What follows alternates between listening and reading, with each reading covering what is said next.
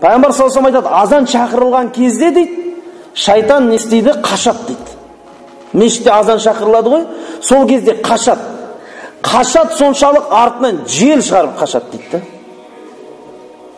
Сосын азан бітеді, ол қайттан келеді. Қайтадан келіп, мешітте отырған адамдарды азғыруға тырысады. Бос іспен, шұғылдардың қызып, бос сөздермен мешітке келсе де дүниесін ұмытпайтындай қылуға тырысады. Сосын қамат түсірген кезде қайтадан шақырады дейді. Қайтадан кетеді дейді. Қайтадан қашады, қамат қалай тоқтайды, қайтадан келіп, адамдар намазда тұрған кезде шайтан келіп, ананы айтып, мынаны айтып азғырады дейді пайғамбарымыз. Тіпті адамның ойын шатастырады, адам мен қазір қай ракағатта тұрмын деген сөз айта бастайды дейді. Пайғамбар саллаллаху алейхи хадисінде келеді. Бухари, Абу Дауд па ұмытып тұрмын, хадис сахих. Айтайын дегенім, бұл не деген сөз? Бір адамдар сұрақ қойып жатады, мешіттің жанында шайтан жүрмейді ғой дегенде. Жоқ. Негізінде бәлкім мүмкін осы жердегі тақуа адамдарды азғыру үшін жүру мүмкін. Түсініп отырсыздар ғой. Бірақ сыртта жоқ емес деген сөз. Сыртта жоқ, адамдарды азғырмайды емес деген сөз жоқ. Азғырады. Бүкіл жерде жұмыс істейді шайтан. Сол үшін менің айтайын дегенім, Али радиаллаху анхудың сөзі бойынша, ақиқат адамдар арқылы танылмайды, ақиқатты танысаң адамдардың өздерін кім екенін білесің дейді. Біз өзімізге, жанымыздағы мұсылмандарға қарап, ислам дініне баға бермейміз. Біз ислам дінін оқимыз да, ол жайында білеміз, сосын барып адамға баға береміз, сіз кім екенін. Ал адамдар, сен мешітке барасың ғой деп, дінге баға беріп жүреді.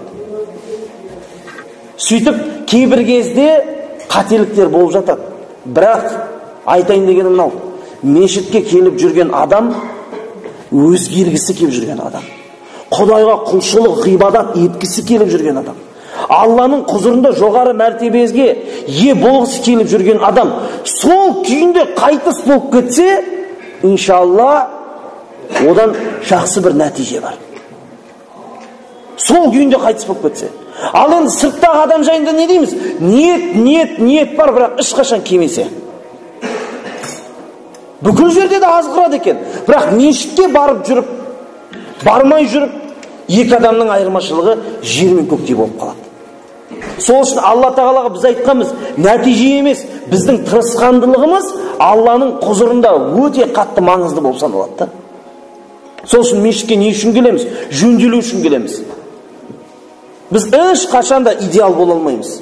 100% жөнделіп кете алмайсыз сіз. Мен де, ешкім де. Бірақ Алла тағала заң орнатты, сіздер пайғамбардың артынан еру керексіздер деді, осы кісі сияқты болу керексіздер деді ұқсауға. Ол идеал да. Бірақ біз ол кісі сияқты бола алмаймыз, бірақ бәрібір сол кісінің артынан тырысамыз да біз. Демек, нәтиже маңызды емес. Сіз тырысып жатсыз ба, бірдеңе істеп жатсыз ба? Мешітке келіп амал қылып жатсыз ба? Өсіріп жатсыз ба? Өзіңізде тақуалықты тәрбиелеп жатсыз ба? Адамгершілікті. Енді айтайын дегенім, бірақ бір айырмашылық болады сырттағы адамдармен мешітке барып жүрген. Әр адамның тақуалығы әртүрлі болады, әр адамның тақуалықта дәрежесі әртүрлі болады. Біз оны айтқанбыз. Бір адам не істейді? Аллаға ең үлкен күнә, Аллаға серік қосып қойғаны үшін тәубе қылуы мүмкін. Я Аллахым, қайттым мен. Саған серік қосып қойыппын, кешірші мені деп, қайтадан кәлимасын айтып, Аллаға осындай тәубе қылады. Біреулер арақ ішіп жүрген үшін тәубе қылады. Біреулер ұрлық үшін тәубе қылады. Біреу өтірік сөз үшін тәубе қылады. Біреу намазды мешітте оқымай жүргені үшін не істейді? Тәубе қылады. Біреу садақа беруге ұмытып кетіп жүрген үшін тәубе қылады. Тәубелердің түр-түрлері бар.